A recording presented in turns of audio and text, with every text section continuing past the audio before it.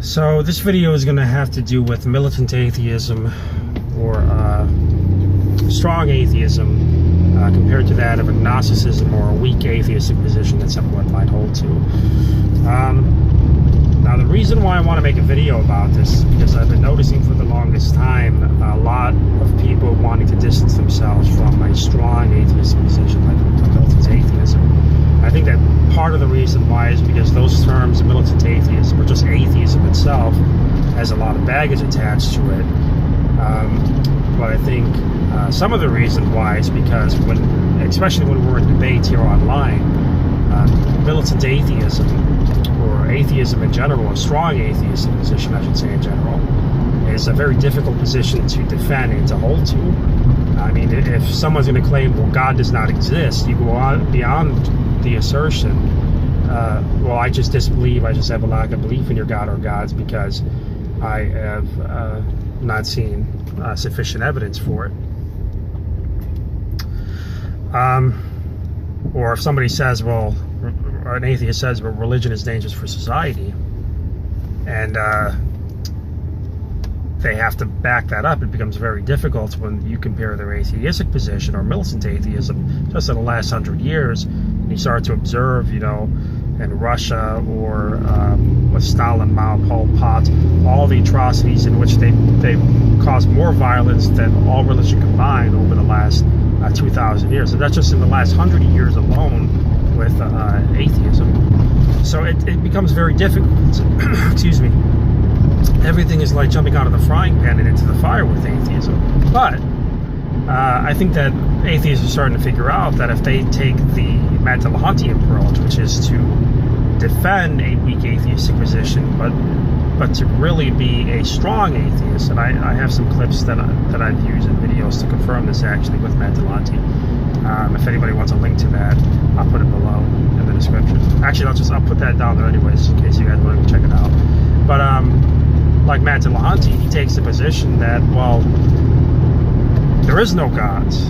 He personally believes and claims that there is no God. That is his position. But when he's talking to people, he'll say he'll defend another position of atheism, which is, well, atheism is just the disbelief or lack of belief in God or gods. There is no claim attached to it. It's rejecting your claim.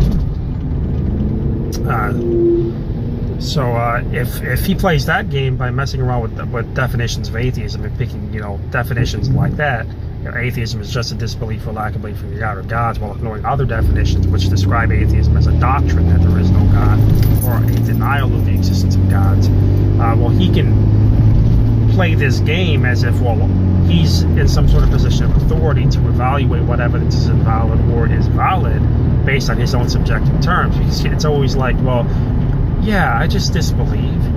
I'm just looking for the evidence. But in reality, he's got more so a set of views and ideas, an alternative set of views and ideas from religion that he's more so trying to push. And anything and everything you say to him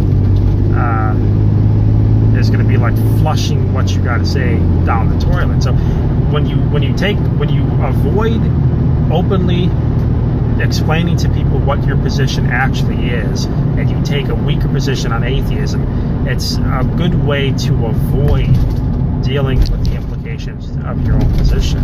It's a good way to avoid dealing with things, and I think that that's what a lot of atheists do. They play with the labeling game as if they're open-minded and so on, but all you gotta do is listen to them talk for a while, and you'll quickly see that what's keeping them from coming to God or coming to our beliefs or views that may be connected with theism is not at all in any way, shape, or form about evidence, because there's plenty of evidence despite the fact that they claim that there's none.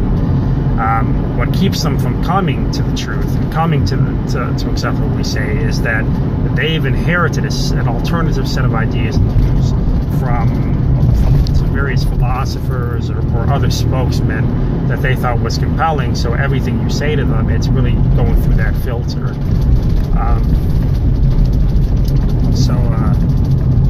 I think that a lot of atheists understand that it's more beneficial.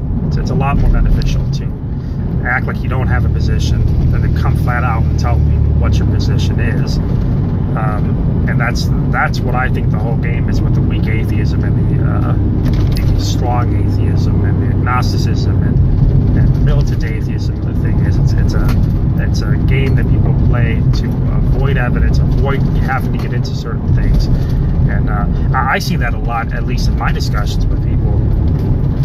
They really can't go past. They cannot go past things that they've heard from either the atheist experience, or from Matt Dillahunty, or Amun Ra, or from what they heard from a random YouTube video online. So when you tell them something that will either show that the reasoning that Matt Dillahunty uses is fallacious, or the atheist experience, or Amun Ra is just downright ignorant and philosophically bankrupt, they're sort of caught off guard. They don't know what to say to you. They can't think for themselves. All they can do is, recite that religious programming, like I was mentioning earlier, that an inherited set of ideas and views that tend to be passed on to these different atheists as they, as we discuss things with them. They really can't get past that. So that's it, guys. This Sunday night we're going to be having another hangout on this channel. It's going to be an open hangout, so if you guys want to join, you are free to join. God bless.